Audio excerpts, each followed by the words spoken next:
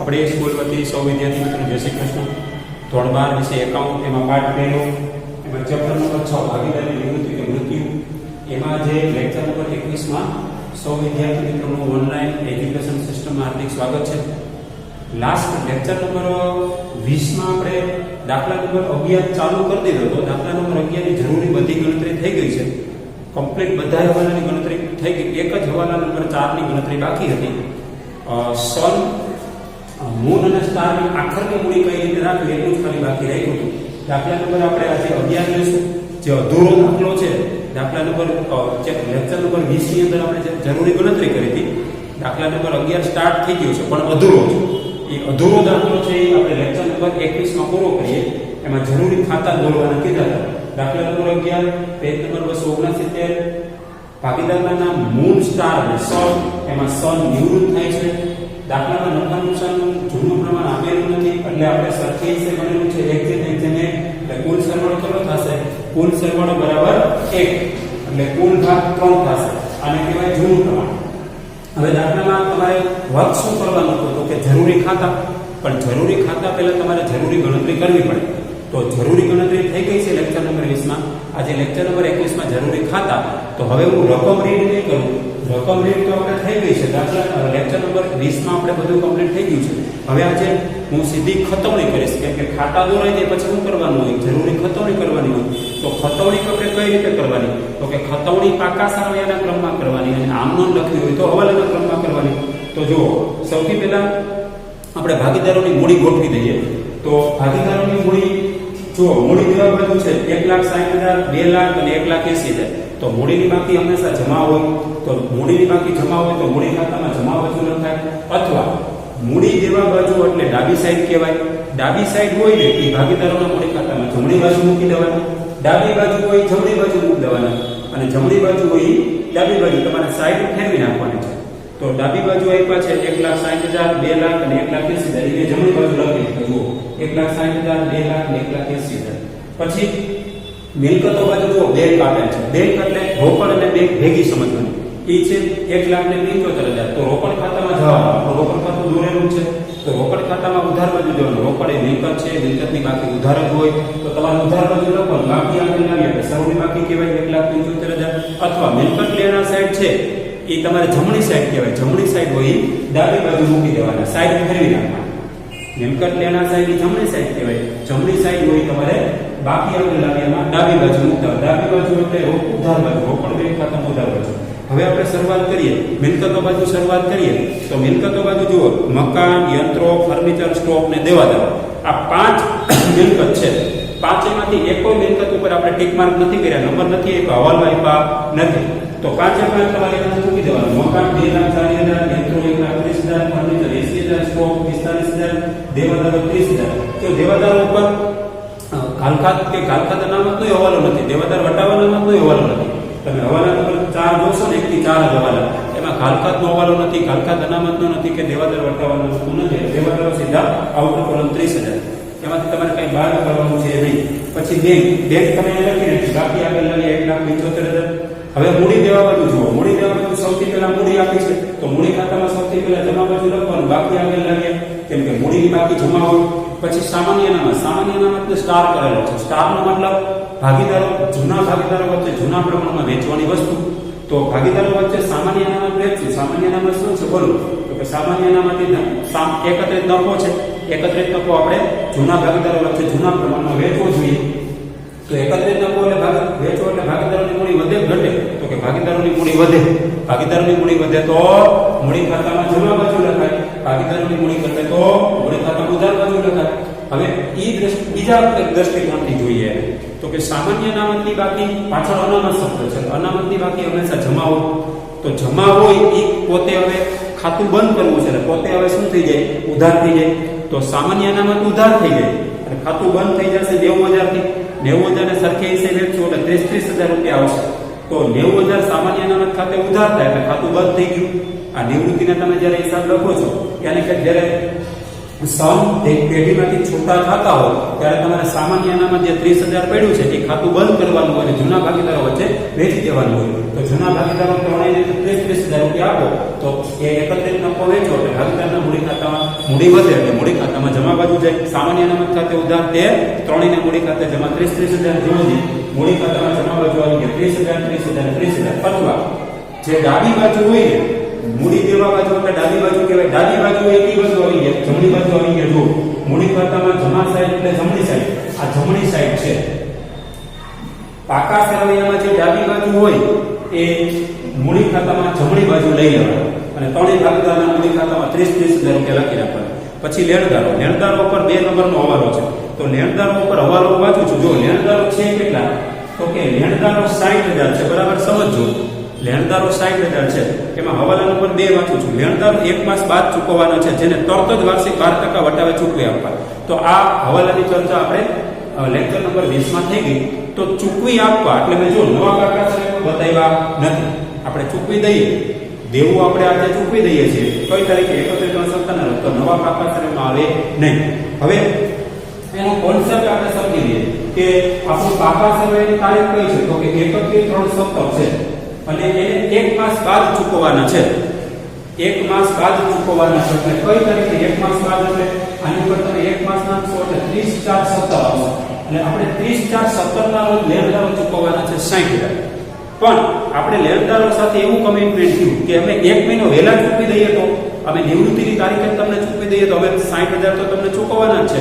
એ 1 મહિના પછી ચૂકવવાના. પણ અત્યારે ચૂકવી દઈએ તો અમને કઈ ફાયદો થાય, પેઢીને કઈ ફાયદો થાય, તો કે હા, વાર્ષિક 12% વટાવ એટલે મહિનાનું 1% વટાવ થાય. એટલે 1 મહિનાનો વટાવ આપણે ગણવાનો થાય. 1% વટાવ ગણવો એટલે વટાવ બાદ થશે, વટાવ આપણને મળશે. એટલે 60,000 માંથી આપણે 1% ગણશું. 60,000 ના પહેલા આપણે 12% કરીએ એટલે 7200 ભાગ્યા પાછળ 1 મહિનાનો વટાવ કરશો એટલે 600 રૂપિયા આવશે. 12×72 600 રૂપિયા આપણને ફાયદો થાય. તો એની આમનો શું બને, લેણદારો હવે ચૂકવી દેશું એટલે લેણદારોની બાકી જમા હોય, લેણદારો એ દેવું છે તો દેવું હોય તો એની જમા બાકી હોય, જમા હોય હવે આમનો શું થઈ જાય, પોતે ઉધાર થઈ જાય. એટલે લેણદારો ખાતે ઉધાર 60,000 તે હવે 60,000 માંથી તમારે 400 રૂપિયા ઓછા 600 રૂપિયા કાઢી નાખવાના. 600 રૂપિયા આપણને ફાયદો થશે. 60,000 ના પેલા 12% કરશું, 12% માંથી એના 1% કરી નાખીએ તો વાર્ષિક વટાવ છે એમાંથી 1 મહિનાનો આપણને વટાવ મળશે. એટલે 600 રૂપિયા વટાવ આપણે થશે. વટાવ 600 બાદ કરશો એટલે ચૂકવશું કેટલા, 59,400. તે રોકડ બેંક ખાતે જમા 59,400. તે આપણે 600 રૂપિયાનો ફાયદો થયો એટલે પુનઃ મૂલ્યાંકન ખાતામાં જમા બાજુ આવશે 600. લેણદારો ખાતે ઉધાર કરશું 60,000. તે રોકડ બેંક ખાતે જમા કરશું 59,400. તે પુનઃ મૂલ્યાંકન ખાતે જમા કરશું આપણે 600. આપણને આ વટાવ મળ્યો. શું થયું, વટાવ મળ્યો. કેટલો મળ્યો આપણને, 600 રૂપિયા વટાવ મળ્યો. તો 60,000 ની બાકી હતી એમાંથી આપણે ચૂકવા કેટલા, 59,400. તો એમાંથી આપણને ફાયદો કેટલો થયો, 600 રૂપિયાનો ફાયદો. ફાયદો હોય તો સારી બાબત હોય તો પુનઃ મૂલ્યાંકન ખાતામાં જમા બાજુ અને રોકડા ચૂકવાય છે રોકડ બેંક ખાતામાં જમા બાજુ 59,400. 60,000 ના ચૂકવા કેટલા, 59,400 અને ફાયદો કેટલો થયો, 600. એટલે પુનઃ મૂલ્યાંકન ખાતામાં જમા બાજુ 600. તો હવે 60,000 લેણદારો નવા પાકા સર્વેમાં દર્શાવાય નહીં. એટલે લેણદારોનો હવાલો પૂરો થઈ ગયો. પછી દેરી ઊંડી એમને લખી નાખવાની, ફેરફાર વગર 10,000. પછી હવાલા રીડ કરું છું, જે રાઉન્ડ હવાલા કર્યા હોય ને એની સીધી બે અસર આવે. પેલો હવાલો, પેઢીની પાકડીનું મૂલ્યાંકન 60,000 કરવું. તો મૂલ્યાંકન કરવું એનો અર્થ એમ થાય કે તમે જેમ આ મિલકતો અને દેવાનું પુનઃ મૂલ્યાંકન કરો છો એવા સંજોગોમાં પુનર્ગઠન વખતે નિવૃત્તિ એટલે પેઢીનું પુનર્ગઠન થયું કહેવાય. ભાગીદારીનું પુનર્ગઠન, તો પાઘડીનું પુનર્ગઠન થાય. પાઘડીનું પુનર્ગઠન થવું એટલે શું કે પાઘડીનું નવું મૂલ્યાંકન આપવું. ક્યારે, નિવૃત્તિના હિસાબો લખતા હોય ત્યારે, જ્યારે ભાગીદાર છૂટો થતો હોય ત્યારે. તો મિલકતોને દેવાનું પુનઃ મૂલ્યાંકન કરો છો તો સાથે પાઘડીનું પુનઃ મૂલ્યાંકન કરવાનું. તો પાઘડીનું મૂલ્યાંકન કેટલું કર્યું, નવું મૂલ્યાંકન 60,000 કર્યું. તો 60,000 માંથી નિવૃત્ત ભાગીદાર કોણ છે, સન. તો સનનો ભાગ કેટલો, 60,000 માંથી સનનો ભાગ 1/3 આવશે. 1/3 એટલે 1/3. 60,000 નો ત્રીજો ભાગ એટલે 20,000 રૂપિયા નિવૃત્ત ભાગીદારને મળશે. કેટલા, 20,000 રૂપિયા. એ એમને ખાતે આપણે જમા કરશું. નિવૃત્ત ભાગીદાર સનના મૂલ્ય ખાતે જમા થશે. પણ આ પાઘડીની હિસાબી અસર હંમેશા લાભના પ્રમાણમાં આપવામાં આવે છે. આપણે અગાઉ ચર્ચા થઈ ગઈ છે.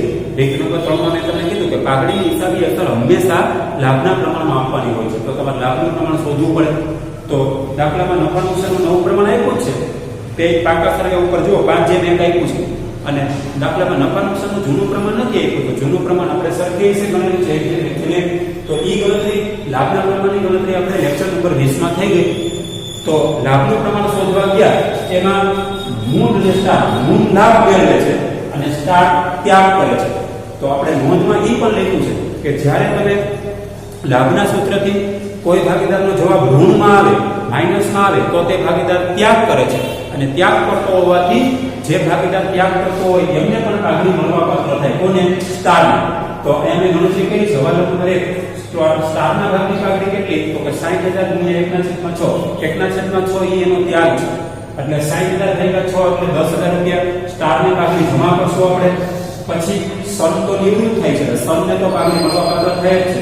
60,000 ગુણ્યા એનો ભાગ કેટલો? 1/3 એટલે 60,000 ભાગ્યા 3 એટલે 20,000 રૂપિયા કોને મળશે? તો કે સનને મળશે.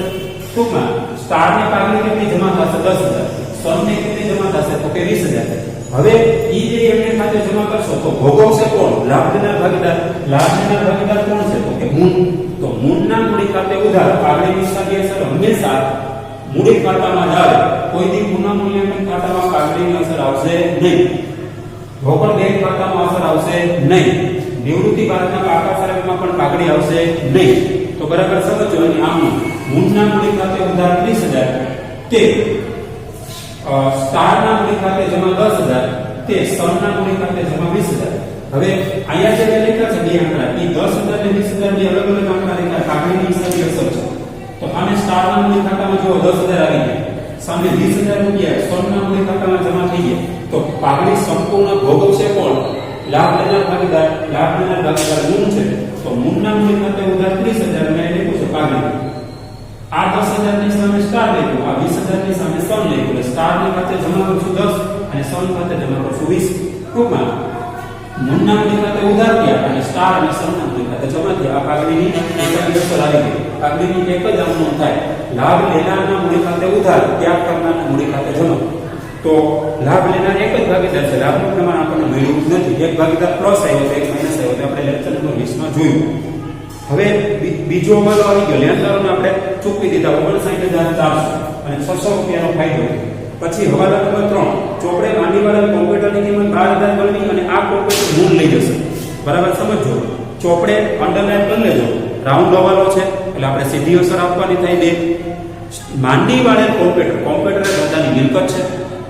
તો મિલકત છે એ તો માંડીવાળે લે છે. ચોપડે તો અત્યારે છે નહીં. જોવો ચોપડે અત્યારે મિલકત છે નહીં.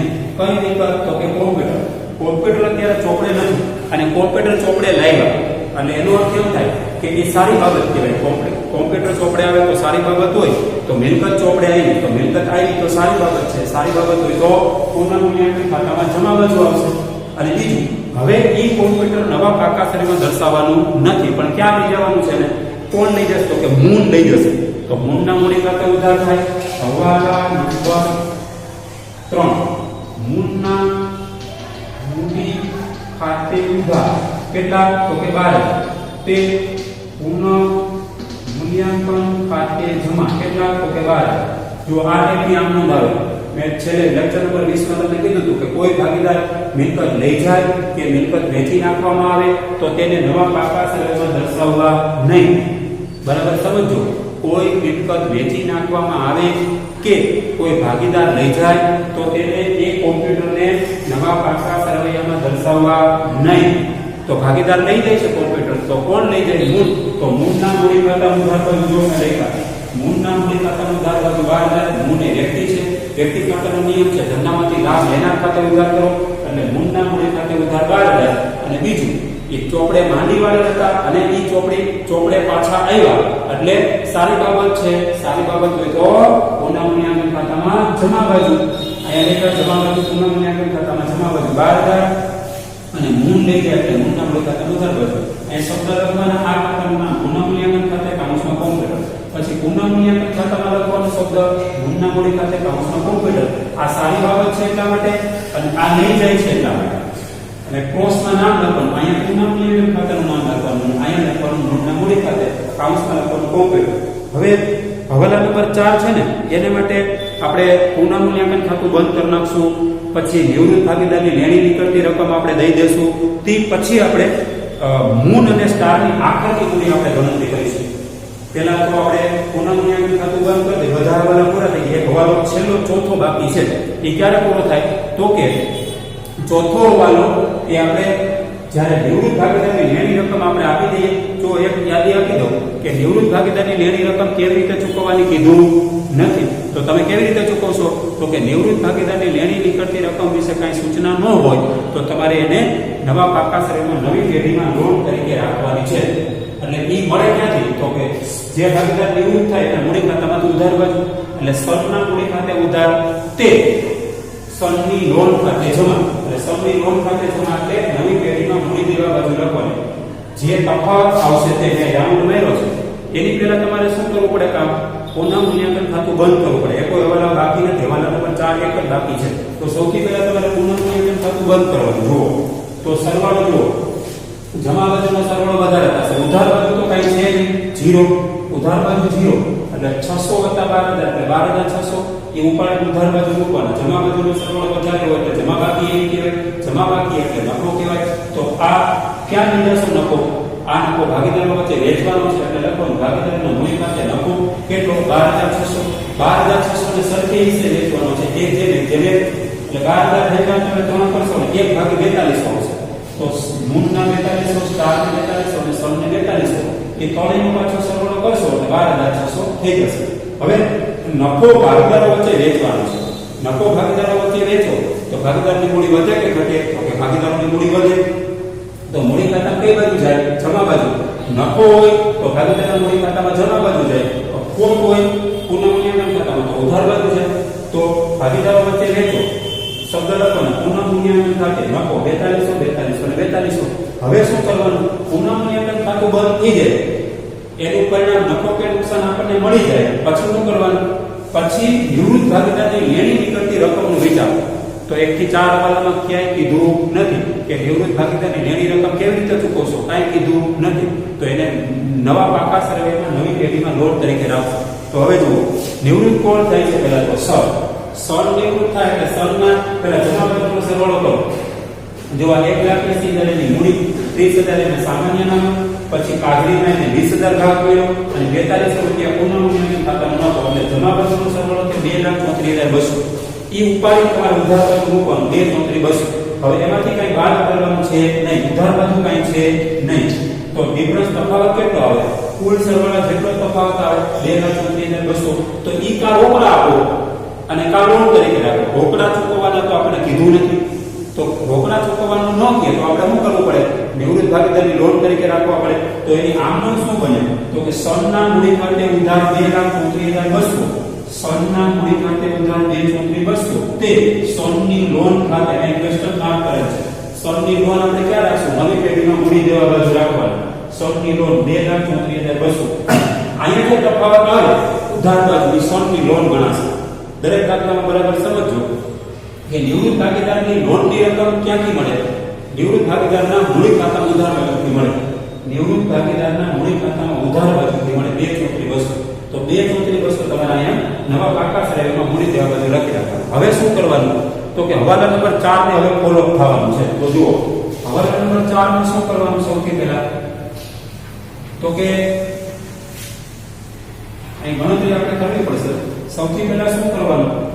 તો કે એનો હવાલો રીડ કરું છું. જુઓ, હવાલો એવું કીધું કે સનની નિવૃત્તિ બાદ સન નિવૃત્તિ લઈ લે પછી મૂન અને સ્ટાર એટલે બે ભાગીદારો હોય, મૂન અને સ્ટાર તેમની મૂડી નવા નફા નુકસાનના પ્રમાણમાં રાખશે. અંડરલાઈન કરી લેજો ન કરી હોય તો 5/1 પાકા સરવાળા પર પ્રમાણ આપ્યું છે 5/1.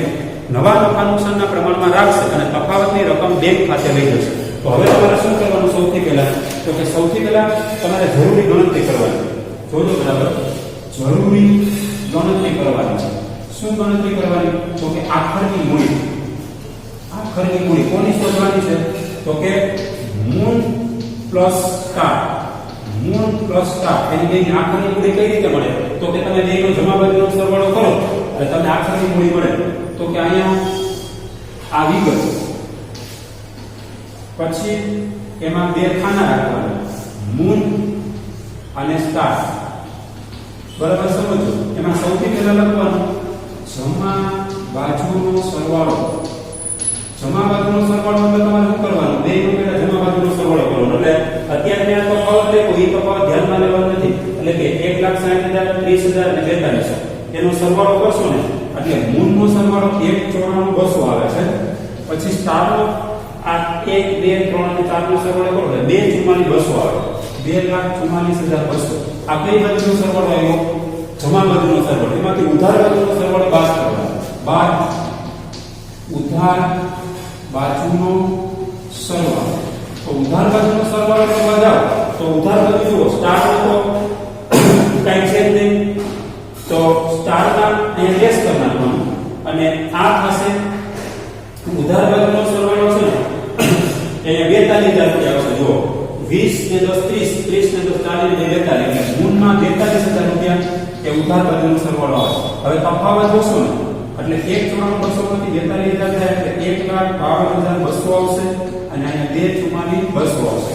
તો આ છે આખરની મૂડી. કેવી? આખરની મૂડી. બેનો હવે તમારે સરવાળો કરવાનો. આખરની મૂડી મળી ગઈ તો કે હા આખરની મૂડી મળી 1,52,200 અને બીજા ભાગીદારની મળી 2,44,200. હવે તમારે શું કરવાનું? કુલ આખરની મૂડી. શું કરવાનું? કુલ આખરની મૂડી બરાબર બેનો સરવાળો કરવાનો. 1,52,200 પ્લસ 2,44,200 એટલે સરવાળો થશે 3,96,400. આખરની કુલ મૂડી એમાં કોણ કોણ ભાગીદાર હોય? તો કે બે ભાગીદાર હોય, મૂળ પ્લસ સ્ટાર. 3,96,400 આવ્યા.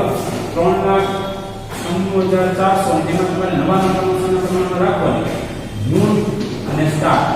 નફાનું નવું પ્રમાણ આપ્યું છે 5/1. તો એને 5/1 ના પ્રમાણમાં વેચશો એટલે મૂળની આખરની મૂડી આવશે 3,30,333 અને સ્ટારની આખરની મૂડી આવશે 66,067.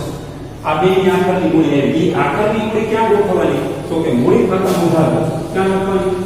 મૂડી ખાતામાં ઉધાર બાજુ. બે ઉધાર બાજુ ગોઠવી દેવાની. જો ત્યાં લખ્યું છે બાકી આગળ લઈ ગયા. કુલ આખરની મૂડી કેટલી નીકળી હતી? તો કે આ બેનો સરવાળો 3,96,400 એને ક્યાં પ્રમાણમાં ગોઠવવાની? તો કે 5/1 ના પ્રમાણમાં. એટલે 5/1/6 એટલે 5 ભાગે આવશે. મૂળની મૂડી આવશે 3,30,533 અને સ્ટારની મૂડી આવશે 66,067. ઈ બે આખરના આંકડા તમે મૂકી દો. ઈ આખરની મૂડી છે તો આખરની મૂડી ક્યાં ગોઠવવાની હોય? મૂડી દેવા બાજુ. તો મૂડી દેવા બાજુ મેં લખી નાખ્યા. મૂળની મૂડી 3,30,333 અને સ્ટારની મૂડી 66,067. આ બેનો સરવાળો કરો એટલે 3,96,400 આખરની મૂડી છે. આખરની મૂડી તમારે મૂડી દેવા બાજુ કુલ મૂડી મૂકી દેવાની. આ આખરની કુલ મૂડી કહેવાય. આખરની કુલ મૂડી. તો આખરની કુલ મૂડી કેટલી મળી? 3,96,400 મળી. એને ક્યાં પ્રમાણમાં રાખ્યું? તો કે 5/1 ના પ્રમાણમાં રાખ્યું. તો 5/1 ના પ્રમાણમાં રાખો એટલે 5/33,333 અને 1/66,067. હવે તમારે શું કરવાનું? તફાવતનો હવાલો બેંક ખાતે નાખવાનો. શું કરવાનું? તફાવત પડે ને એનો હવાલો બેંક ખાતે લઈ જાવ. રકમમાં કીધું જ છે હવાલો નંબર 4. તો હવે જુઓ તો આ તમે 3,33,333 રાખશો મૂળ એટલે ઉધાર બાજુનો સરવાળો વધારે થશે. કઈ બાજુ? ઉધાર બાજુ. આ 1 2 3 4 માં આપણે સરવાળો કરશો 3,72,333 આવ્યો. એ તમારે 3,72,333 લખવાના. ડિફરન્સ આવશે 1,71,133. એ 1,71,133 આવે ક્યાં લઈ જવાનું? એમાં લખ્યું છે રોકડ બેંક ખાતે. કઈ બાજુ જશે? ઉધાર બાજુ. અહીંયા જમા બાજુ તફાવત આવે તો રોકડ બેંક ખાતામાં ઉધાર બાજુ લખવાના. શબ્દ લખવાના મૂળના મૂડી ખાતે 1,71,133. હવે એ મૂળનું મૂડી ખાતું બંધ થઈ ગયું. કઈ બાજુનો સરવાળો વધારે? તો ઉધાર બાજુ. હવે તમારે સ્ટારનો સરવાળો કરવાનો. સ્ટારનો કઈ બાજુનો સરવાળો વધારે થાય? જમા બાજુ. તો જમા બાજુનો સરવાળો 2,44,200 એ ઉપાડી ઉધાર બાજુ મૂકવાનું 2,44,200. હવે ડિફરન્સ કેટલો આવે? તો કે 2,44,200 માંથી તમારે ભાગ કેટલા કરવાના? 66,067 એટલે ડિફરન્સ આવશે 1,71,133. આ કઈ બાકી નીકળી? આ જમા બાકી નીકળી. અને ક્યાં લઈ જવાના? તો કે તફાવત રોકડ બેંક ખાતામાં લઈ જવાનું. એટલે રોકડ બેંક ખાતે જમા બાજુ જોઈને પ્રશ્ન કરે રોકડ બેંક ખાતામાં જમા બાજુ જવાનું. શબ્દ લખવાના. સ્ટારના ભાગીદારનું નામ લખવાનું. સ્ટારના મૂડી ખાતે 1,71,133. ટૂંકમાં બેનો તફાવત જુઓ.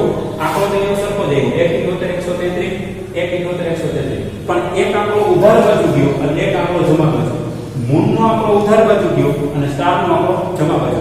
એક ભાગીદારે જેટલી મૂડી લાવવાની છે જેટલો તફાવતનો આંકડો લાવવાનો એટલો જ બીજા ભાગીદારે લઈ જવાનો છે.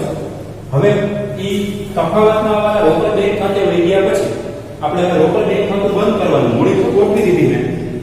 તો હવે રોકડ બેંક ખાતું બંધ કરો તો ઉધાર બાજુનો સરવાળો વધારે થશે 5 53 એમાંથી આ બે રકમ બાદ કરશો એટલે તફાવત આવશે 1,15,600 તો એ આખરની રોકડ શિલક કહેવાય શું કહેવાય આખરની રોકડ શિલક તો આખરની રોકડ શિલક ક્યાં લઈ જવાય રોકડ શિલક એ આખરની મિલકત કહેવાય તો મિલકત ક્યાંના બાજુ જોઈ લેખા રોકડ બેંક ખાતે 1,15,600 તો જ્યાં સુધી તમે રોકડ ખાતું બંધ કરીને નહીં લખો ત્યાં સુધી મિલકત ક્યાંના બાજુ સરવાળો મળશે નહીં એટલે અહીંયા તમારે રોકડ ખાતું છે એટલે લખવું પડશે આખરની રોકડ શિલક અને અહીંયા આખરની મૂડી લખવી પડશે મૂડી ક્યાંથી મળે મૂડી ખાતામાંથી કી બાજુથી મળે ઉધાર બાજુ તફાવત હોય તો અહીંયા તફાવત આપ્યો એ તફાવત તમારે લખી નાખવાનો 3,400 પણ એ 5/1 ના પ્રમાણમાં રાખ્યું છે ક્યાં પ્રમાણમાં 5/1 નવા પાકા શરીરમાં નવા નફાનું સાના પ્રમાણમાં મૂડી રાખવાની છે કોની મૂન પ્લસ ટાર તો એની ગણતરી મેં કરી છે આખરની મૂડી આવી રીતે શોધવાની હતી અને તફાવતમાં આવેલા રોકડ બેંક ખાતે જતા હતા હવે